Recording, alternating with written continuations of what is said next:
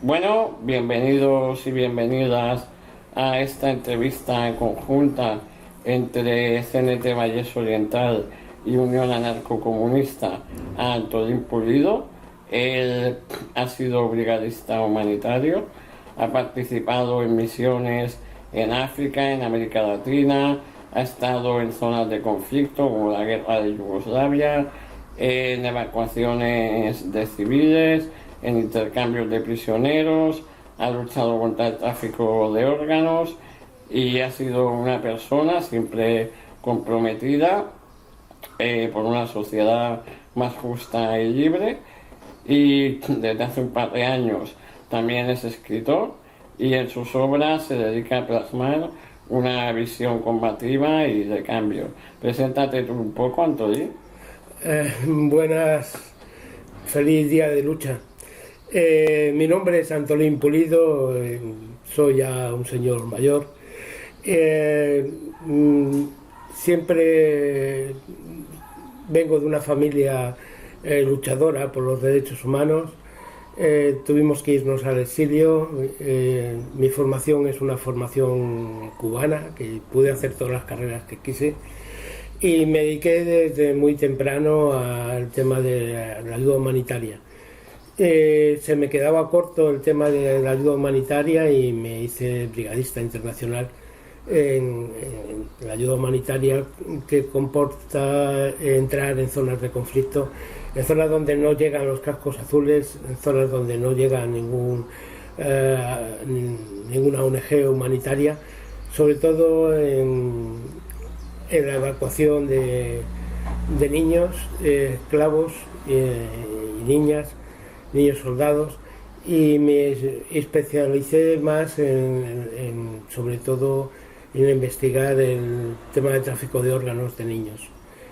He estado en 32 años haciendo esa labor, que para mí era un deber, y he sido docente durante algún tiempo, aunque las titulaciones en España no me sirven, y desde hace unos años pues soy escritor, y un escritor combativo, muy combativo, porque casi toda mi vida he estado viviendo en lo que se llaman países del tercer mundo, y he visto pues de todo, porque he tenido que hacer pasillos humanitarios.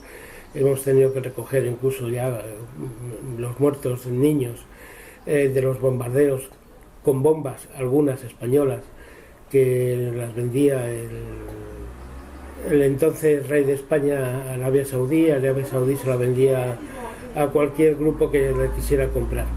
Y por desgracia muchas de esas bombas eran españolas, que han estado matando niños y siguen matando niños y adultos en África. Más o menos, esa ha sido mi vida y mi trayectoria. Bien, ahora te quería preguntar un poco más específicamente sobre la labor que ya hemos mencionado, que durante muchos años has realizado como brigadista humanitario. Bueno, pues cuéntanos un poco Pues cómo ha sido. la labor que hicimos, yo al principio íbamos como brigadistas, íbamos empotrados en algunos ejércitos. Eso no me terminó de cuadrar, y hicimos una organización en Quebec que se llamaba Liberté, por la Asociación Española de Españoles que estuvieron luchando en Francia en contra del fascismo, la Segunda Guerra Mundial. Aparte de la 9, que había dos grupos autónomos en Francia, uno se llamaba Guernica y el otro Liberté, por eso nos llamamos Liberté, y éramos brigadistas de todas las partes del mundo. Nos formamos en acciones directas y en el manejo de armamento, y sobre todo el manejo de conducir coches todoterreno para poder evacuar, y empezamos a hacer esos proyectos y sobre todo esas acciones que nadie podía llegar. Fuimos conocidos aunque nuestra fuerza era ser anónimos. Nosotros no reivindicábamos nada ni decíamos quién éramos, simplemente llegábamos, hacíamos la acción, sacábamos a esos niños o niñas de zona de guerra o niños esclavizados o prostituidos, los evacuábamos a zona segura donde podían darle educación, formación y demás, sin definir quién éramos ni qué dejábamos. Esa era nuestra fuerza. Sin embargo, en los cascos azules empezaron a saber de que existíamos y nos llamaban algunos, porque dentro de los cascos azules algunos hay decentes, pocos, pero hay algunos que trabajaban muy bien y nos llamaban porque ellos no podían salir de su zona verde y entonces íbamos a hacerlo. Y nuestras acciones, ya digo, eran muy diversas, desde sacar a niñas en zonas en granjas de engorde en Mauritania o sacar niños esclavizados en las minas de Uganda, Ruanda y Congo, sobre todo del Coltán y minas de diamantes y de oro, que son tipos de minas que se llaman inglesas porque son agujeros en el suelo y agujeros pequeños para que solamente puedan entrar niños y no puedan entrar mayores para robar lo que hay dentro de las minas. Entonces, bueno, nuestra labor ha sido siempre sacarlos y llevarlos a zona segura, donde a internados o demás, donde dejábamos además dinero para que pudieran tener autonomía durante bastantes años. Y esos niños ya son mayores, algunos ya son abuelos, sobre todo en África. Y en Latinoamérica más mirar el tráfico de órganos y como sabíamos la forma de operar que tenían en Latinoamérica, investigarlo y denunciarlo, incluso llegar antes de que pudieran sacrificar a los niños para sacar los órganos. Bueno, desde hace un par de años también eres escritor, así que bueno, cuéntanos un poco sobre esta faceta. Yo he sido escritor tardío, nunca pensé que iba a ser escritor, aunque ya me lo habían pronosticado, incluso dentro de mi familia, y don Mario Benedetti, que cuando llevaba a la Escuela de Américas en La Habana, nos daba clases magistrales en el Departamento de Pedagogía de la Comunicación, e incluso me lo dijo, dice, algún día vas a explotar y vas a empezar a escribir, no vas a parar. Pero no llegó el tiempo hasta hace unos años, hace 3 años, 4, que pisé una mina.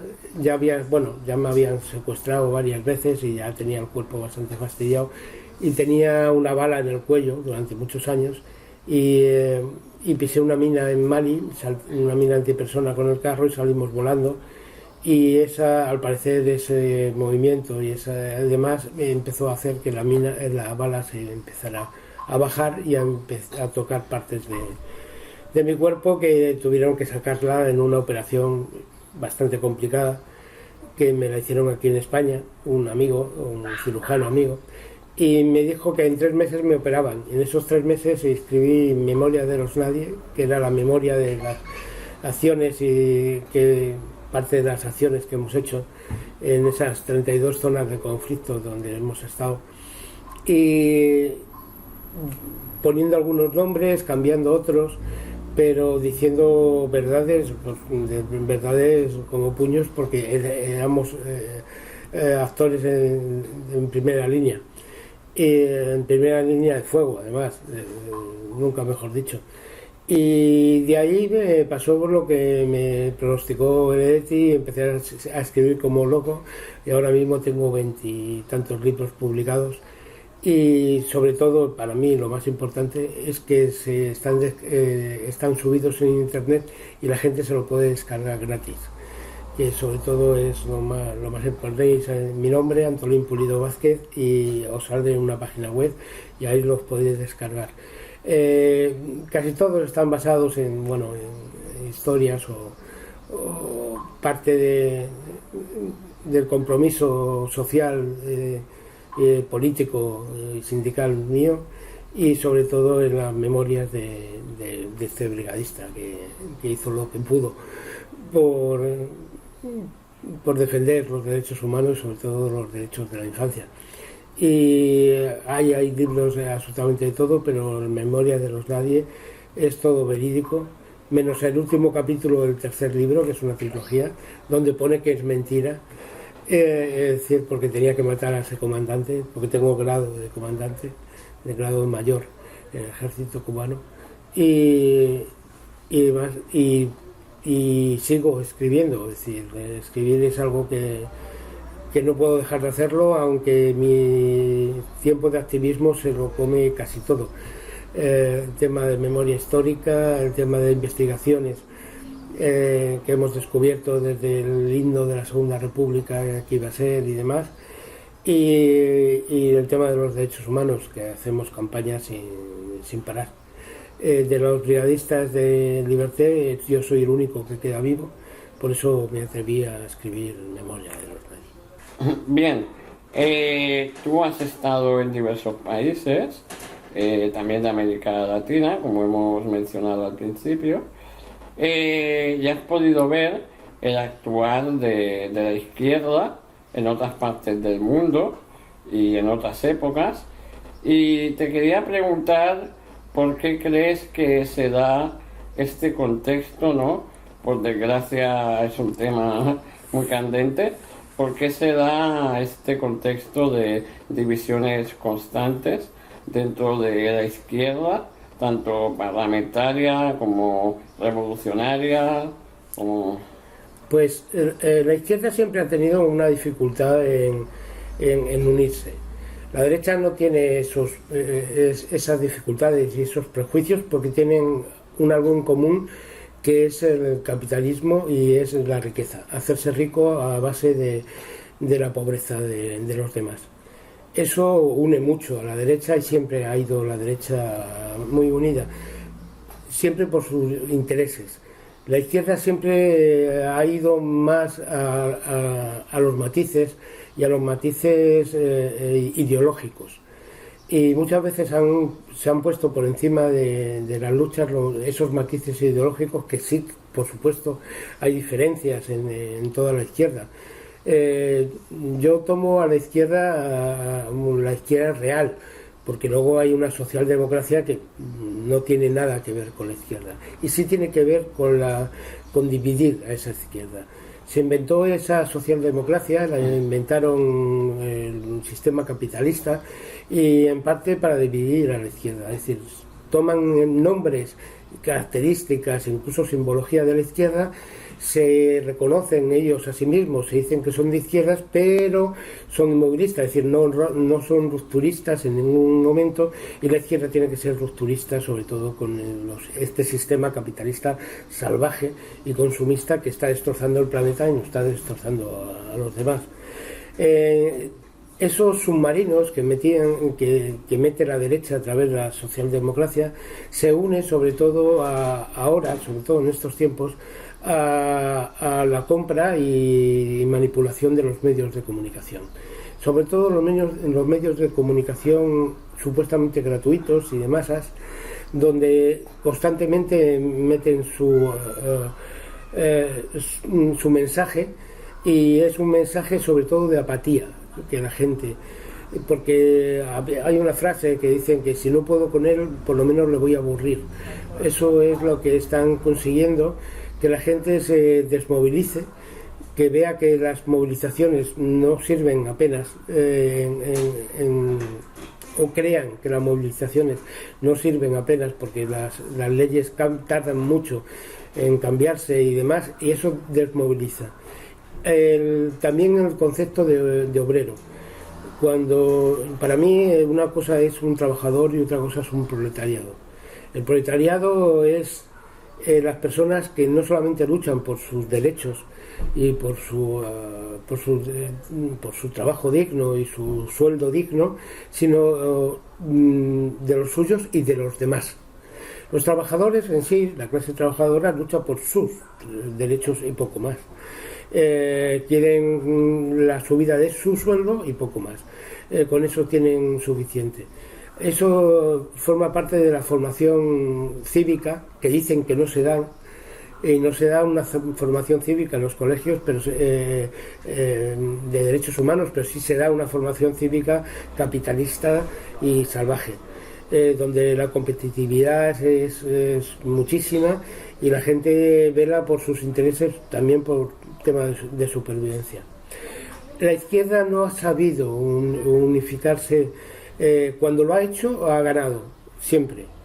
Esa unión, sobre todo para actos significativos y concretos. Una de las teorías en las cuales yo siempre me baso es de que si la izquierda no puede ir conjunta durante todo el tiempo, porque tienen objetivos y tienen ritmos diferentes, las diferentes ideologías que forman la izquierda, podemos viajar separados, pero a la hora de golpear, golpeemos juntos. Eso siempre ha dado un resultado y ha dado un buen resultado. El problema está ahora mismo en la globalización. Todos los medios de comunicación, todos, cuando digo todos, hay muy pocos medios que sean completamente libres. De hecho, son pequeñas gacetas que hacen agrupaciones políticas, sindicales y demás. Es donde puedes encontrar noticias que no están manipuladas, y no sé si existe todavía el periódico Le Monde Diplomatique en Francia, que es el único periódico libre que ha habido, y es Le Monde Diplomatique, no Le Monde. Le Monde es totalmente fascista. Y por cierto, Le Monde Diplomatique es de un hijo de un exiliado español quien lo montó, y es el único periódico donde puedes encontrar noticias. Las noticias, ellos, el capitalismo, el sistema, saben muy bien cómo trabajar. De hecho, ha estudiado mucho a las clases sociales, y estructurándolo, incluso en la pirámide de Maslow lo podemos ver, las necesidades humanas. Ellos han estudiado mucho las necesidades humanas, y sobre todo han estudiado mucho cómo se manipula la información y cómo se manipulan las masas. Y además lo tienen muy claro. Goebbels puso los 10 puntos de Goebbels, que si tú los sigues es muy fácil manipular a la gente, sobre todo a la gente inculta, que es a lo que ellos están consiguiendo. Cuando hablamos de incultura, no es que no sepan leer y escribir, que saben, pero no tienen ni lectura comprensiva ni tienen capacidad crítica. Entonces ahí por ese lado lo están consiguiendo.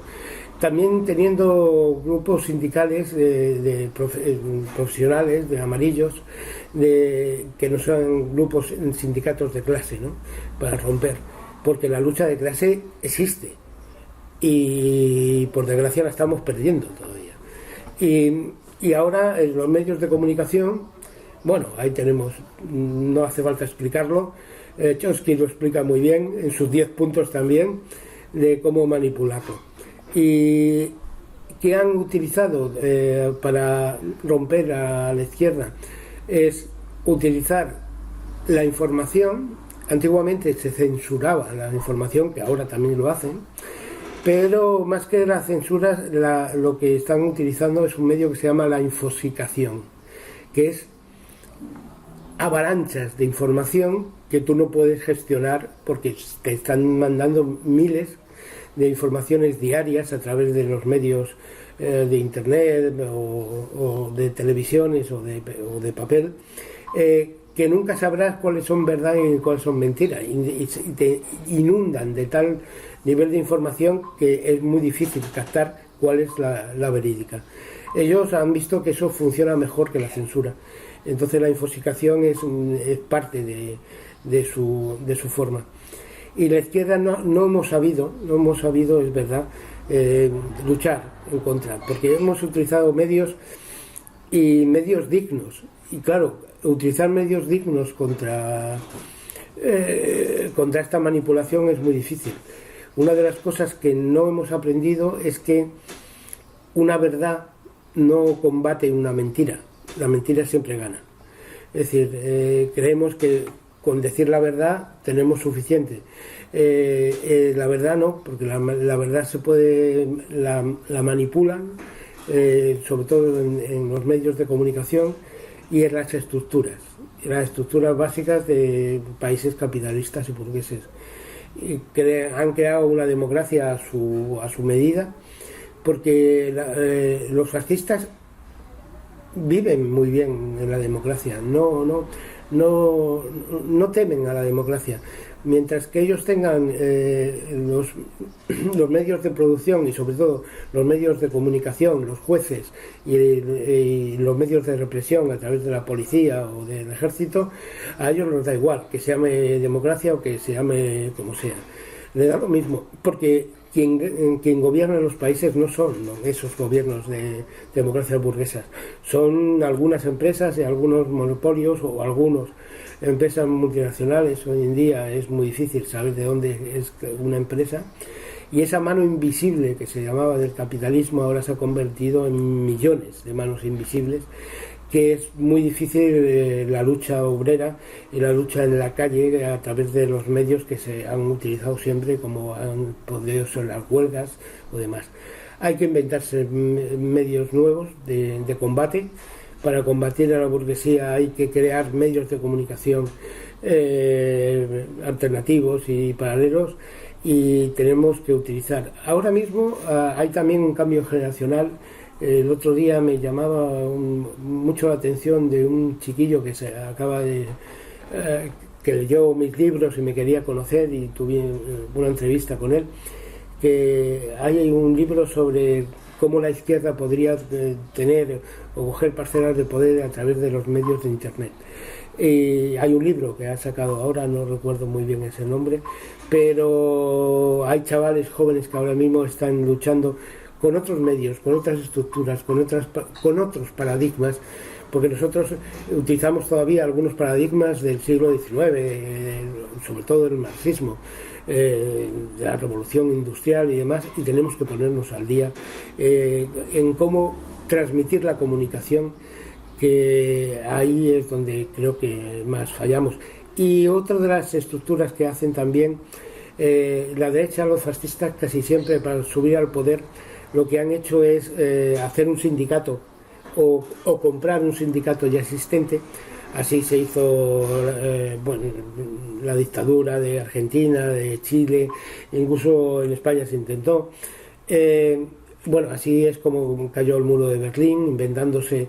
En Polonia no pudieron comprar ningún sindicato, lo hicieron a través del Banco Ambrosiano y del Vaticano. Se inventaron el sindicato Solidaridad, que fue lo que hundió a la izquierda, porque claro, eran compañeros supuestamente de un sindicato y un sindicato de clase.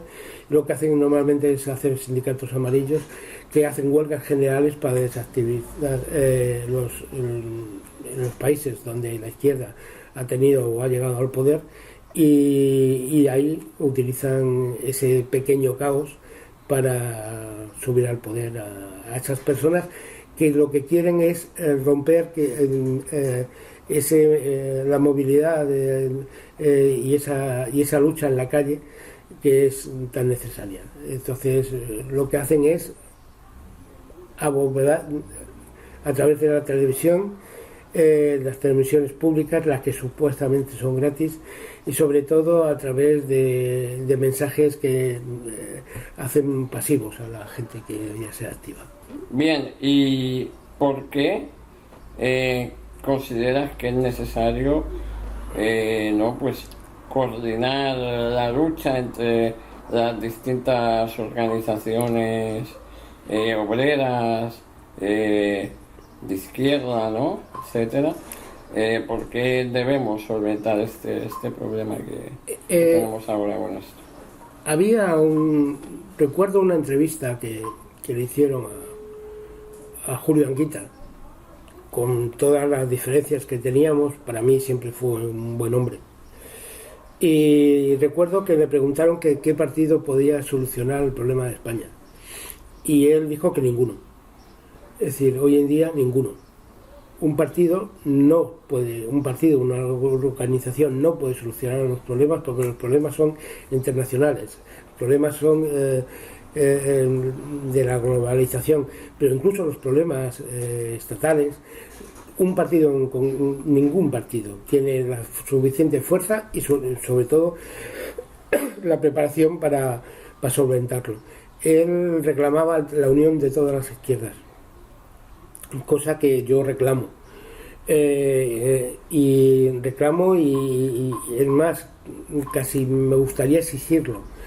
El problema de las izquierdas, hay un mal chiste que hacen dos comunistas en un ascensor, que es cuando entran en un ascensor, es inventar una revolución, y que hacen esos dos comunistas cuando salen del ascensor es hacer dos partidos comunistas.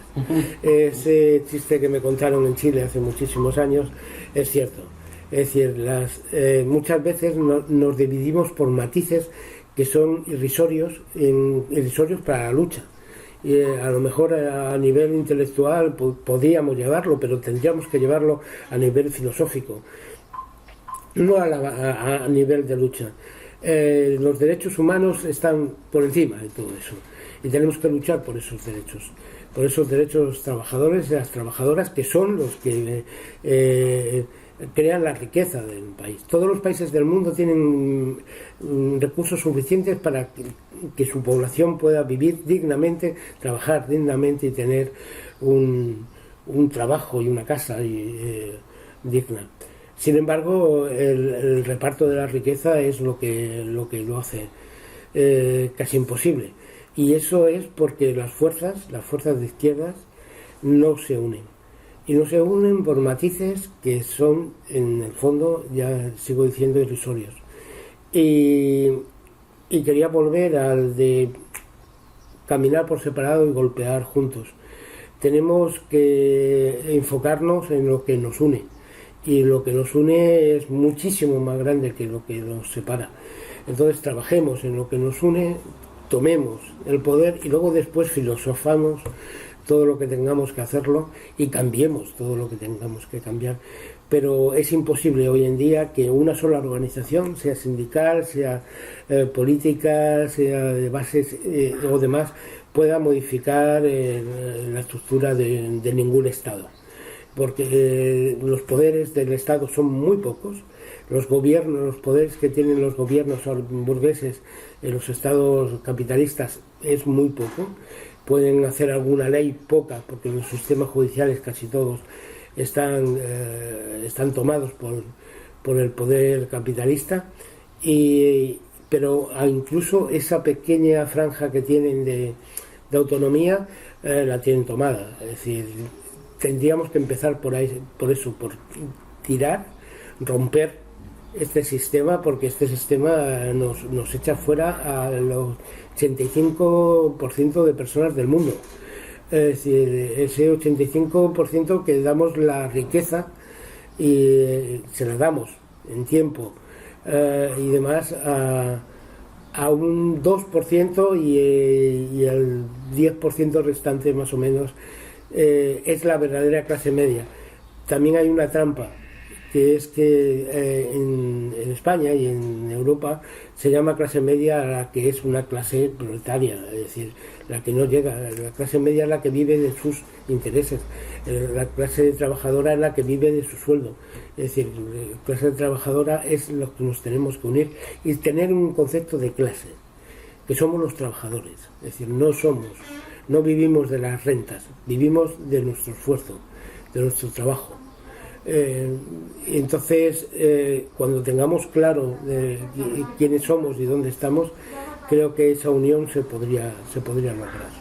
Bien, para terminar, pues cierras tu entrevista y manda un mensaje, como veas mejor, sobre la unidad o a las nuevas generaciones de luchadores.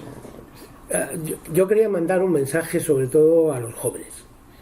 Estos luchadores jóvenes que hay hoy en día, que tienen una formación teórica mucho mejor que la nuestra, pero le falta una implicación práctica incluso en zonas de conflicto.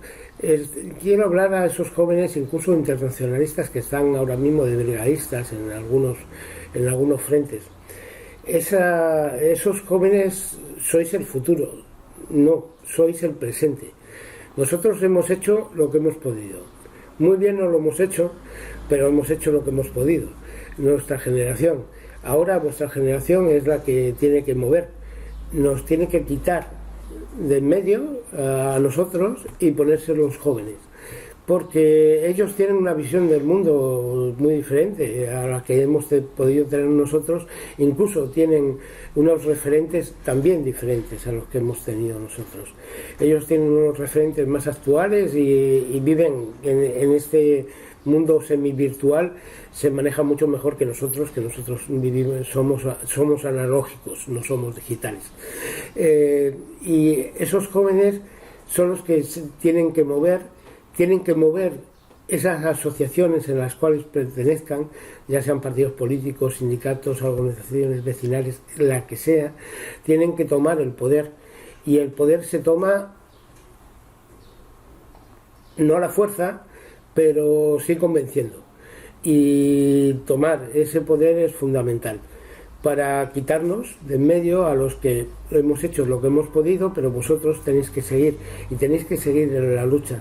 Tenéis que seguir la lucha porque conocéis los medios que ahora mismo se pueden utilizar para luchar contra la infosicación, para luchar contra los medios de comunicación manipulados, para utilizar los medios nuevos que puede haber a través de internet o a través de otras fórmulas. Esos jóvenes son los que nos tienen que llevar primero a los derechos humanos, es decir, el derecho a una casa digna, a una vivienda digna, es decir, porque el peor terrorismo que existe en el mundo es el hambre. Ese es la peor guerra que existe en el mundo, es el hambre. Y lo utilizan el hambre y el miedo para meterlo a las clases trabajadoras. Y lo primero que tenemos que tener es no tener miedo a la lucha. Porque el no ya le tenemos, la lucha la estamos perdiendo. Es decir, que cualquier intentona que podamos hacer, seguro, va a ser a corto, a medio o incluso a largo plazo, va a ser interesante, porque nos va la vida en ello. Nos va la vida a nosotros y nos va la vida a este planeta. Porque este sistema consumista, capitalista, está destrozando donde vivimos. La Pachamama, que hablan los latinoamericanos, la estamos destrozando. Ella es este pequeño planeta que da vueltas alrededor de un sol viejo. Nos da comida, nos da agua, y nosotros lo único que damos a cambio es destrucción y contaminación. Al final llegará un tiempo que diremos qué bueno aquellos tiempos cuando los ricos nos necesitaban para sus riquezas. Cada día nos van a necesitar menos porque cada día tienen más medios de robótica para quitarnos del medio. Y en vez de dividir el trabajo en horas, trabajar muchas menos horas, pero todo el mundo, lo que están haciendo es echando gente en la calle y dándola una pequeña limosna para que subsista.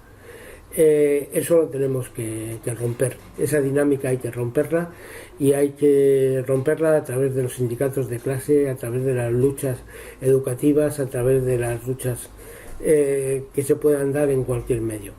Y pido a los jóvenes, y están hombres y mujeres ya, porque aquí hablamos de jóvenes en el primer mundo y llegan hasta los 30 y pico años. Los jóvenes en el resto del mundo es a partir de los 15 y 16 años. Pido a esos jóvenes que ahora mismo estáis formando o estáis estudiando que participéis en las asociaciones que tengáis alrededor, en las que más os guste, que participéis y que rompáis esta estructura que no nos lleva a ningún sitio bueno.